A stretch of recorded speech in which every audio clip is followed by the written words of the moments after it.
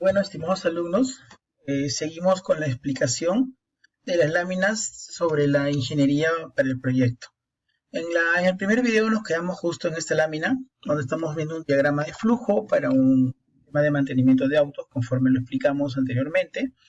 Y en este caso estamos viendo los tipos de gráficas, ¿no?, que podemos emplear para describir nuestro proceso productivo, describir la ingeniería para nuestro proyecto, ¿no? Uno de los casos es el diagrama de flujo, conforme lo hemos visto en el video anterior. Entonces ahora vamos a ver la siguiente lámina, donde indicamos cuáles son la simbología que se utiliza para el diagrama de flujo, ¿no? Tenemos acá este símbolo, que es ese suceso, que se emplea para el inicio o el final del proceso, el rectángulo para una actividad, el rombo para una decisión, si es hacia abajo, no hacia la derecha. Las líneas de flujo se representan con una flecha. La conexión entre diagramas, eso quiere decir cuando ya no hay espacio en una hoja para culminar un diagrama, se pone justamente un círculo con la letra A mayúscula o B o C, dependiendo de la cantidad de conexiones que tengamos, e iniciamos en la siguiente hoja con la misma letra para indicar justamente que continuamos con el proceso. Luego tenemos en este caso este rectángulo con dos líneas, una a la derecha y una a la izquierda, que nos indica lo que es un subproceso. Tenemos esta figura que nos indica lo que es una inspección y bueno, este símbolo que es una base de datos. Es decir, que cuando nosotros tenemos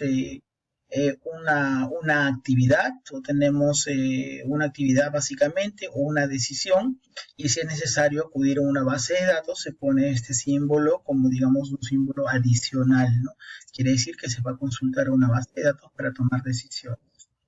Acá tenemos, por ejemplo, un diagrama de flujo para hacer una operación en el banco.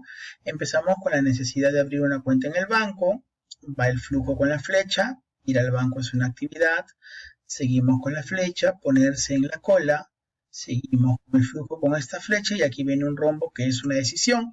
La pregunta es, ¿hay algún asesor desocupado? Si es no, no hay ningún desocupado, se pide una cita y volvemos a regresar al banco y de haber un asesor desocupado, entregamos los documentos al asesor.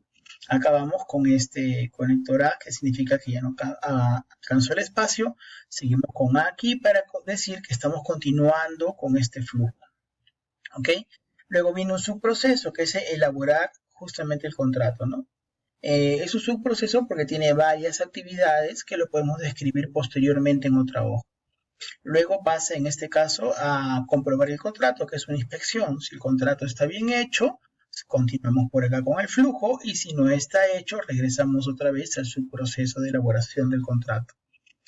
Para pasar luego a la firma del contrato, a elegir el regalo, salir del banco y como proceso, como producto o resultado del proceso es una cuenta abierta.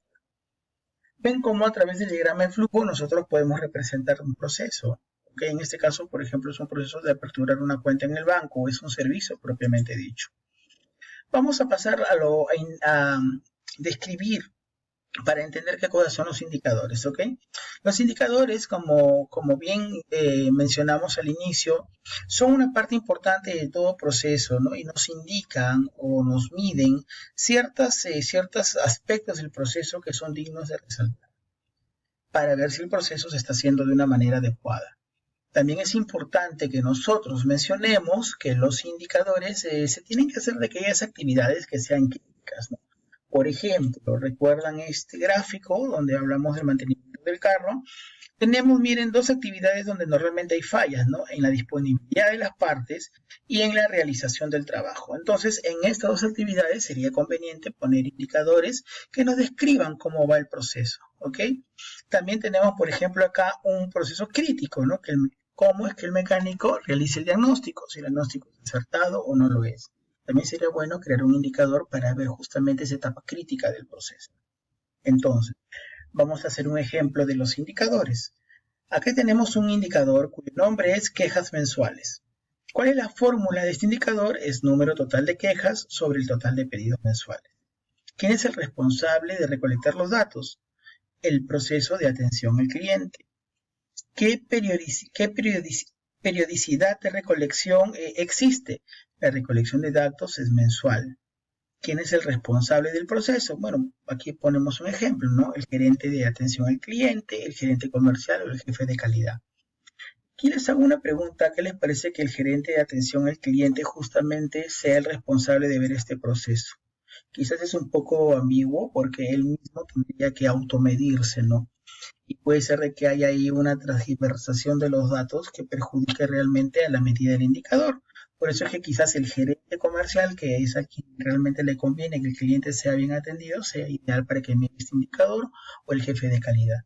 Y bueno, tenemos que plantear siempre un valor objetivo que tiene que ser, en este caso, menor al 5%.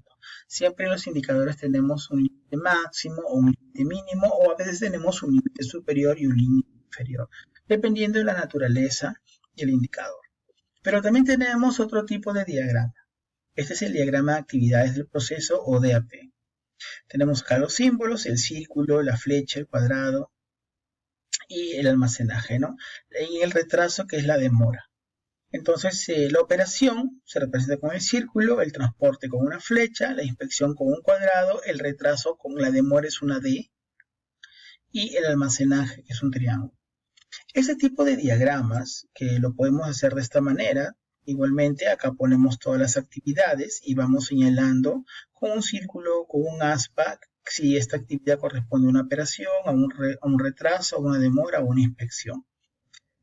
También puede tener esta forma de representación de la misma manera. Acá tenemos la naturaleza, operación, transporte, inspección, demora, almacenamiento. Esta hoja ya está impresa con estos símbolos y nosotros colocamos acá las actividades y vamos marcando con una X qué naturaleza tiene justamente esta actividad.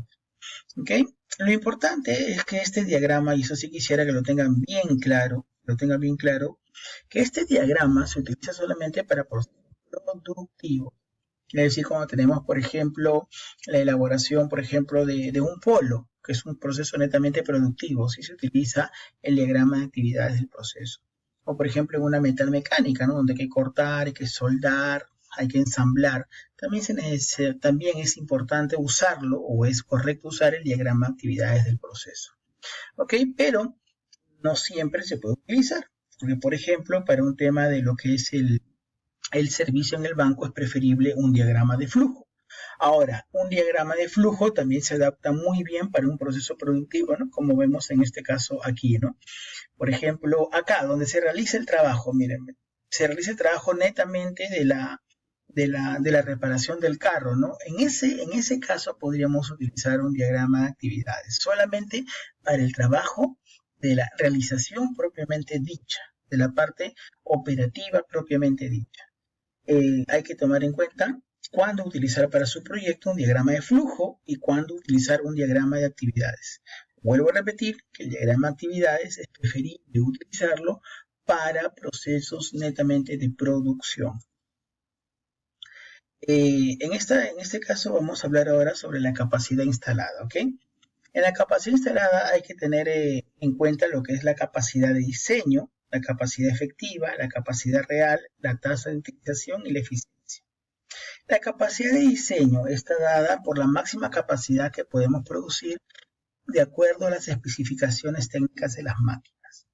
La capacidad efectiva es la capacidad que nosotros podemos producir restando a la capacidad de diseño todas las paradas programadas, como por ejemplo pueden ser los mantenimientos preventivos y también pueden ser las capacitaciones.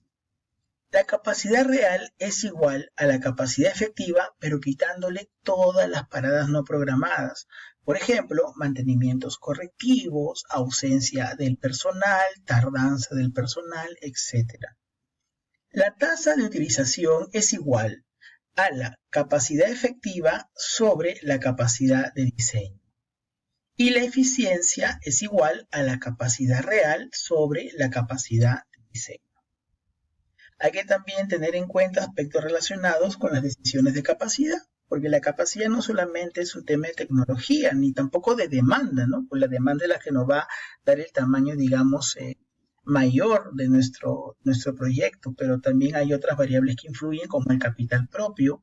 No sabemos si vamos a tener el capital que está constituido por el capital propio, más el financiamiento suficiente para comprar la máquina que deseamos. Tampoco sabemos sobre la tecnología, cuántas unidades puede producir una máquina. Como comentaba en una clase, a veces mi demanda me pide 100 toneladas y la máquina me produce 90. ¿Valdrá la pena comprar dos para generar 180 toneladas que realmente no las voy a vender? Me parece que la respuesta cae por su propio peso. ¿Ok? Tenemos, por ejemplo, capital de trabajo propio, financiamiento, tecnología y finalmente los recursos humanos. No tengo el recurso humano con las competencias para poder producir en el lugar donde estoy localizando mi máquina. Habría que averiguar. Es muy importante también todos esos temas para ver la capacidad que vamos a determinar para nuestro proyecto. Y también ver la planificación de la capacidad a largo plazo, porque recuerden que la demanda va aumentando año tras año y es posible que se hagan reinversiones dentro del proyecto. Eso es muy importante calcularlos o tomar en cuenta en el flujo de caja que vamos a ver posteriormente. Vamos a ver el tema de capacidad, que dice que la capacidad es la cantidad de un producto que puede ser obtenido durante cierto periodo de tiempo. Puede referirse a la capacidad de la empresa en su conjunto, la capacidad de un centro de trabajo o la capacidad de un proceso determinado. ¿Cómo se expresa? Se expresa en toneladas por mes, unidades por año, unidades por día, pasajeros por mes, litros por turno, etc. Luego tenemos en este caso la capacidad proyectada o diseñada. Acuérdense, la capacidad proyectada o diseñada dice que es la tasa de producción ideal para la cual se diseñó el sistema. Es la máxima producción teórica, ¿ok? Como les comenté, no se consideran paradas por mantenimiento, ni mucho menos las no planificadas. Se consideran solo los turnos programados de producción. ¿Qué quiere decir con esto de que se consideran solo los turnos programados de producción? Recuerden que una máquina puede estar quizás trabajando 24 horas, ¿no? Si así manda sus especificaciones. Pero si nosotros solamente tenemos un turno de producción, no podemos calcularlo en base a las 24 horas. Si es un solo turno, la capacidad de diseño se va a calcular en base a las 8 horas programadas por turno. ¿Okay? La capacidad efectiva es la capacidad que se espera alcanzar en una empresa según sus actuales limitaciones operativas planificadas. Es muy importante. Actividades operativas planificadas, como pueden ser los mantenimientos preventivos, las capacitaciones dentro del horario de trabajo, etc. En conclusiones tenemos que los gráficos y los diagramas de procesos nos ayudan a mejorar los procesos productivos. Es decir, la importancia de estos diagramas es porque nos permiten ver el proceso productivo de una manera más sencilla y poder establecer las mejoras correspondientes. La capacidad de una planta está ligada estrechamente a la productividad. La productividad, recuerden que está definido como aquel resultado del proceso, o sea, lo que sale del proceso sobre lo que ingresa. Y finalmente, el diseño de los procesos es una actividad crítica para lograr la efectividad de los resultados. Entiéndase efectividad como la unión de la eficacia más la eficiencia, que es lo que todo proceso debe buscar o lograr finalmente a través de la mejora continua. Entonces, finalmente tenemos que plasmar todos estos conocimientos para la realización de nuestro proyecto como para el desarrollo de la ingeniería del mismo. Número 1, hacer un gráfico de nuestro proceso de ingeniería utilizando un diagrama de flujo o el DAP. Número 2, reconocer aquellos puntos críticos, plantear los indicadores para reconocer de esta manera también la importancia de la productividad dentro del proceso. Y número 3, hacer la lista de la maquinaria que vamos a necesitar para nuestro proceso es muy importante. Bueno, alumnos, con nuestros conocimientos empezamos con el tema del desarrollo de nuestro proyecto.